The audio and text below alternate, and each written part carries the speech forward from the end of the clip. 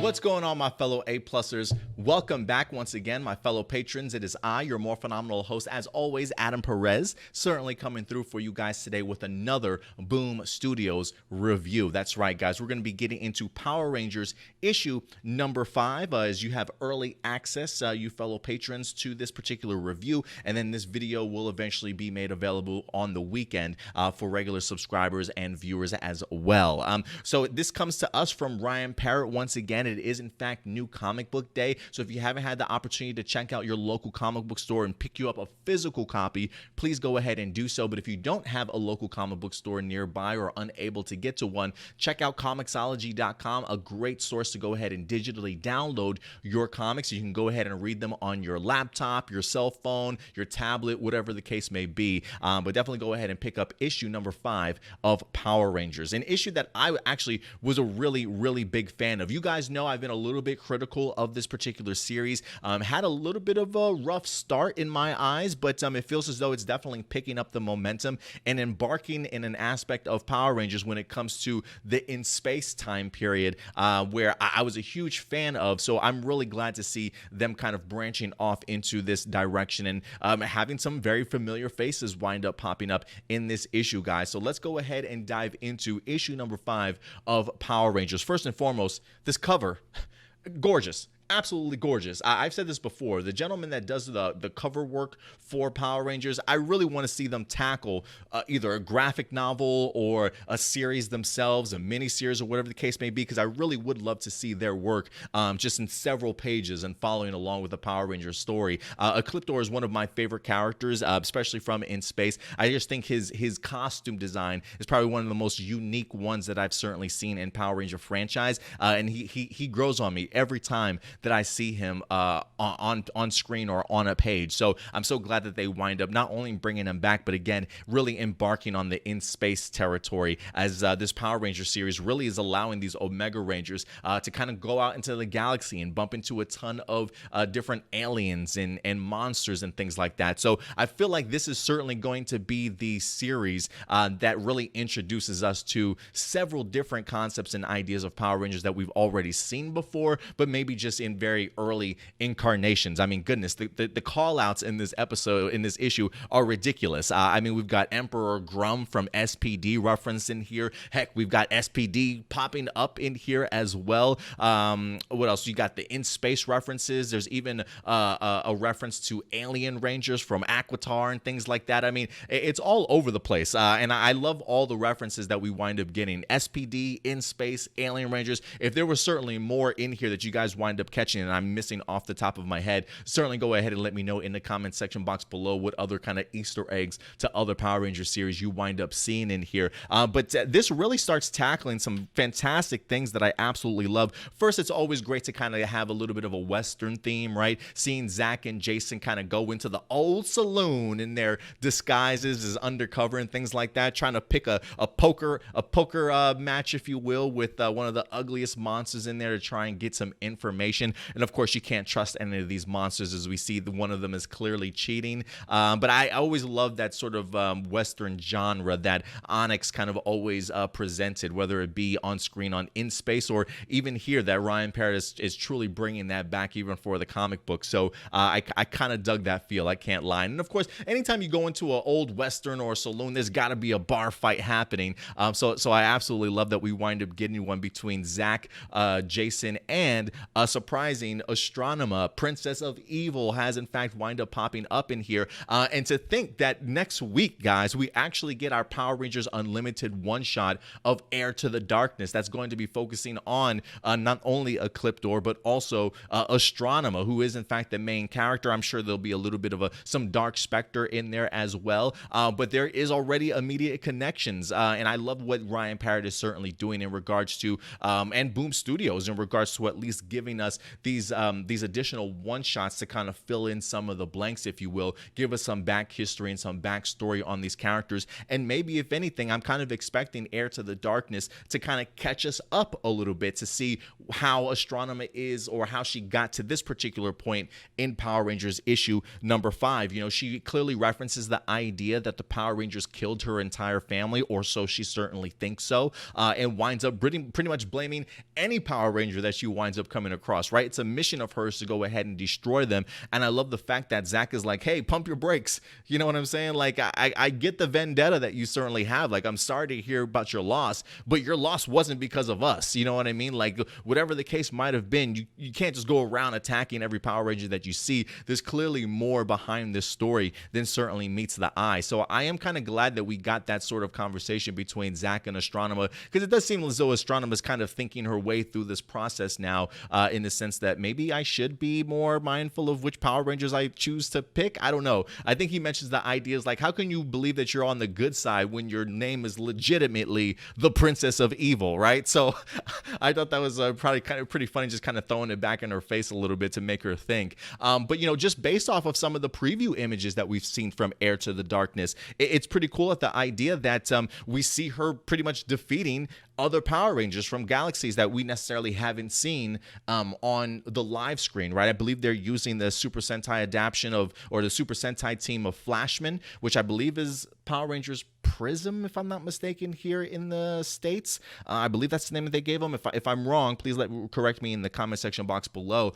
So we are clearly going to see the vendetta that Astronema has against the Power Rangers. I just find it really interesting here that she's carrying that vendetta over to our Omega Rangers, or just any Rangers that she winds up coming into contact with. So really love the appearance of her in here. And then, of course, we got the appearance of Ecliptor at the very end as he winds up trying to infiltrate the Ranger ship, when not only is he attacked by Lord Drakkon, but also, I don't want to say necessarily calling a truce, but definitely trying to ask for their help. What help Ecliptor could be asking of them, I have no idea, but I'm really intrigued to kind of see what's going on, especially considering the fact that we know Ecliptor and Astronema's sort of relationship and ties. So I am wondering if this is just part of a plan by Ecliptor to bring the Power Rangers down, or if he legitimately really needs their help. But I really love what we wind up getting in here in regards to those two characters, and making for some really great action, honestly. I also love the SPD stuff that we wind up getting in here,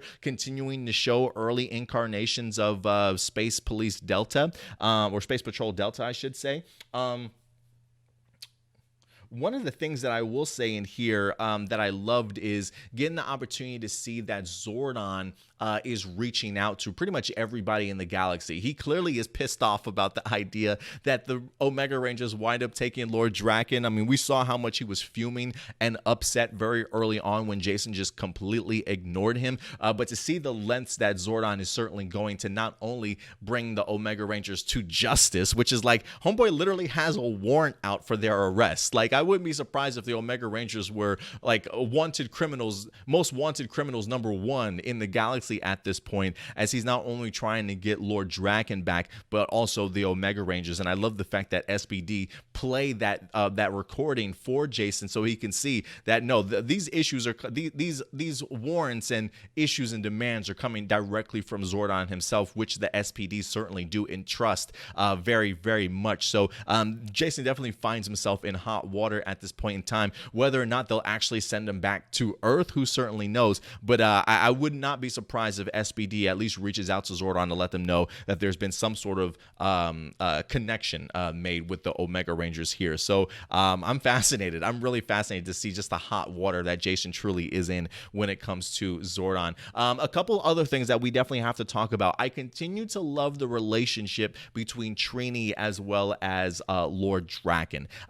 There is I don't want to say he's picking on her, but it almost feels as though he's molding her for some upcoming moment, trying to at least let her understand his side of the story for things, right? Like, she's definitely trying to understand who he is, asking the question, like, if you've taken out the Power Rangers, if you've done this, if you've done that, why all of a sudden now do you want to, like, how does your mindset work in regards to wanting to get revenge for the Power Rangers, and then going from that point all the way on to trying to conquer the entire universe, right? And he kind of explains to her the mindset of, you know, I grew up poor, or I found myself literally living on the streets, down in the dumps, not able to trust anybody really, kind of all alone. The moment I did sort of trust somebody, they wind up robbing me and leaving me all alone to kind of fend for myself, sort of thing. So he's very much had this kind of mentality that if that person is going to kind of turn their back on you, then everybody's going to, right? That you kind of have to be out for yourself. And if you don't want to get hurt or have people,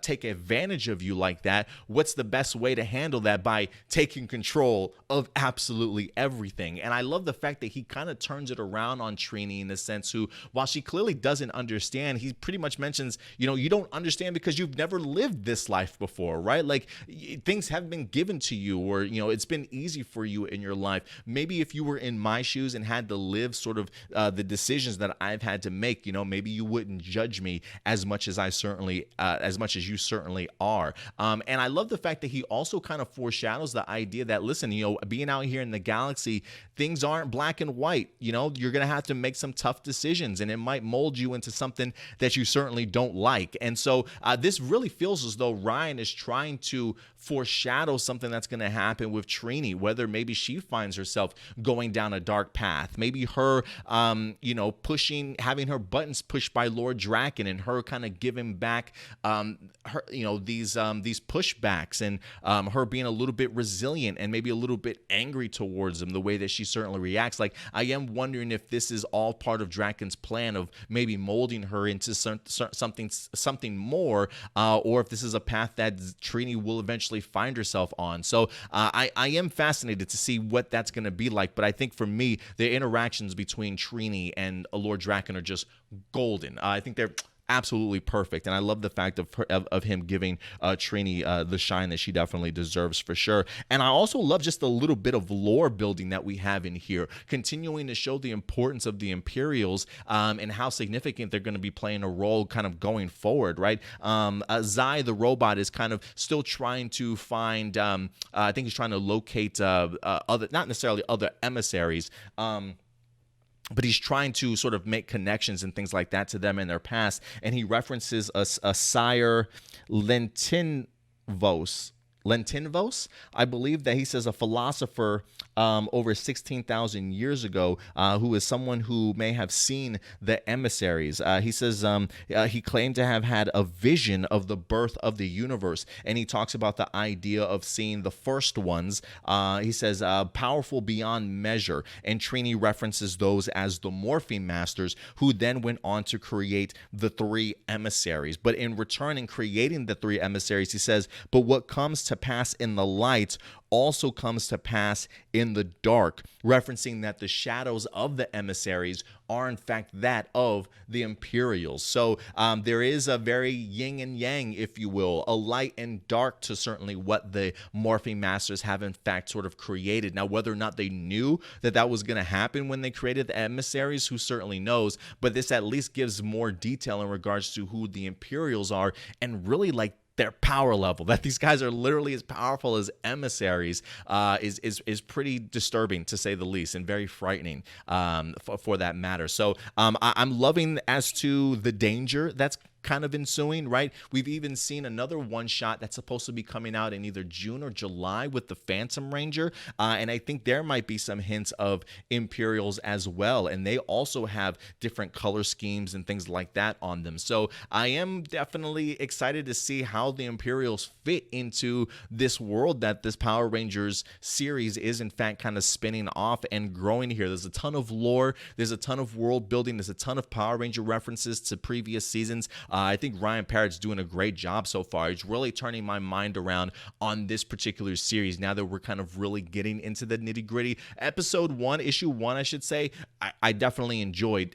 Issues 2 and 3 for me were really sort of the dragging out moments, sort of felt a little bit filler more than anything. But man, issues 4 and 5 are really starting to get into the main storyline, and I'm really thrilled. I'm really thrilled with what we wind up getting here, guys. But listen, if you guys have not had the opportunity opportunity to check out Power Rangers issue number 5 again, please go ahead and do so. Today is in fact new comic book day, so it is on bookshelves. So other than that, guys, listen, if you've had the opportunity to read issue number 5, what did you certainly think about it? Any pros, any cons? Let me know your thoughts in the live chat or the comment section box below after this particular video airs. But other than that, ladies and gentlemen, that's going to do it for us here. We'll certainly see you later on this week. And until then, do me a big favor, take care of yourselves, take care of each other, and as always, keep it A+.